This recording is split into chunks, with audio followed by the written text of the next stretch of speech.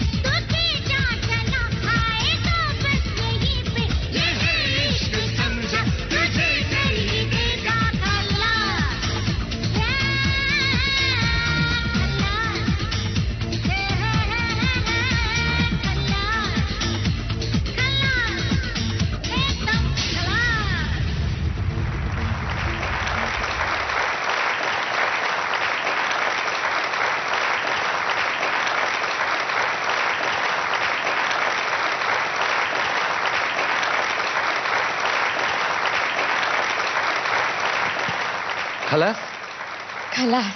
Dance खलास. Dance खलास. मी पण खलास. काय म्हणतेस? पण खल्लास झाला तुझा डान्स. थँक्यू. अप्रतिम झाला. Mind blowing. थँक्यू. काय एनर्जी होती तुझी. आणि त्या गोल ह्याच्यामध्ये ज्या प्रकारे तू वावरत होतीस, फिरत होतीस, स्वतःचं घर असल्यासारखं वावरत होतीस.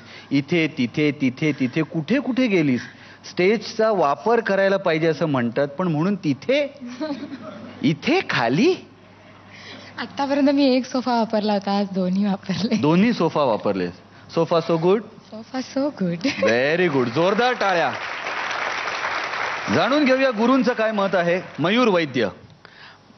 ती रिंग बघितल्यावर मला खूप टेन्शन आलं. मला वाटलं त्या रिंगमध्येच तू अडकतेस की काय, पण तसं झालं नाही. खूप सुंदर तू त्या रिंगचा वापर केलास आणि छान दिसत होतीस. तुझा प्रयत्न खूप छान होता. All the best. तुम्ही दोघींनी मिळून स्टेजचा वापर खूप सुंदर केलात. म्हणजे आता स्टेप्सवरनं खाली वगैरे उतरायला लागलोय आपण. सो पण प्रयत्न म्हटला तर खूप छान होता. मला काही मोमेंट्स अजून क्लिअर असत्या तर अजून छान झाला असता परफॉर्मन्स, पण good try. Very nice. Thank you. जाणून घेऊया गुरूंनी किती मार्क्स दिलेले आहेत. दीपाली विचारे 7 मार्क्स दिलेले आहेत. मयूर वैद्य 7 मार्क्स दिलेले आहेत. थँक्यू. त्यामुळे या दोन्ही गुरूंनी दिलेल्या मार्क्सच्या ॲव्हरेजनुसार तुला 100 पैकी 70 मार्क्स मिळालेले आहेत. आता जाणून घेऊया आपल्या महागुरूंचं काय मत आहे. Urmila, it was a stunning performance. Thank you. मला कल्पना आहे की ज्या प्रकारे तुम्ही रिंगचा वापर केलात, मला असं वाटतं प्रथम या मंचावर रिंग वापरली गेलेली आहे आणि तो तुम्ही अतिशय सफाईनं केलात. ज्या प्रकारे तुम्ही वर पण गेलात आणि कुठलंही टेन्शन तुमच्या चेहऱ्यावर दिसलं नाही. खूप छान या गाण्याचा तुम्ही उपयोग करून घेतलात. कोरिओग्राफी पण खूप छान होती. तुम्ही पूर्ण स्टेजचा वापर केलात.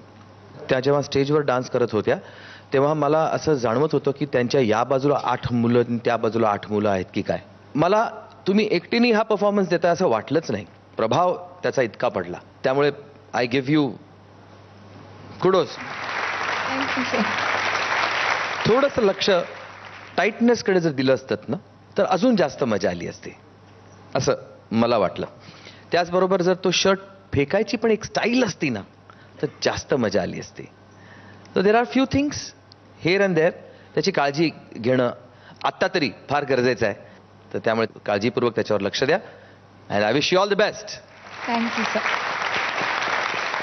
उर्मिला, आपल्याकडे आज लज्जा या मालिकेतील कलाकार आलेले आहेत. तर मला तेजस्विनीला विचारायचं आहे, कसा वाटला हा परफॉर्मन्स तुला? Wow, great.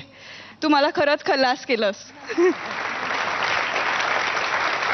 रखमा हे कॅरेक्टर सध्या खूप गाजतंय. तर ह्या कॅरेक्टर बद्दल आणि त्याच्या प्रवासाबद्दल काही सांगशील का? तर रखमा हे कॅरेक्टर पूर्वी खूप साधी, बावरलेली, कारण तिच्या आयुष्यात जे काही घडत आलंय, तिच्याबरोबर जे काही अत्याचार मंगेशनी केलेले आहेत, त्याच्यामुळे ती खूप बिचकून होती. ती लोकांपुढे मी माझी अब्रू चव्हाट्यावरती कशी आणू, मी कसं बोलू, माझ्याबरोबर काय झालंय.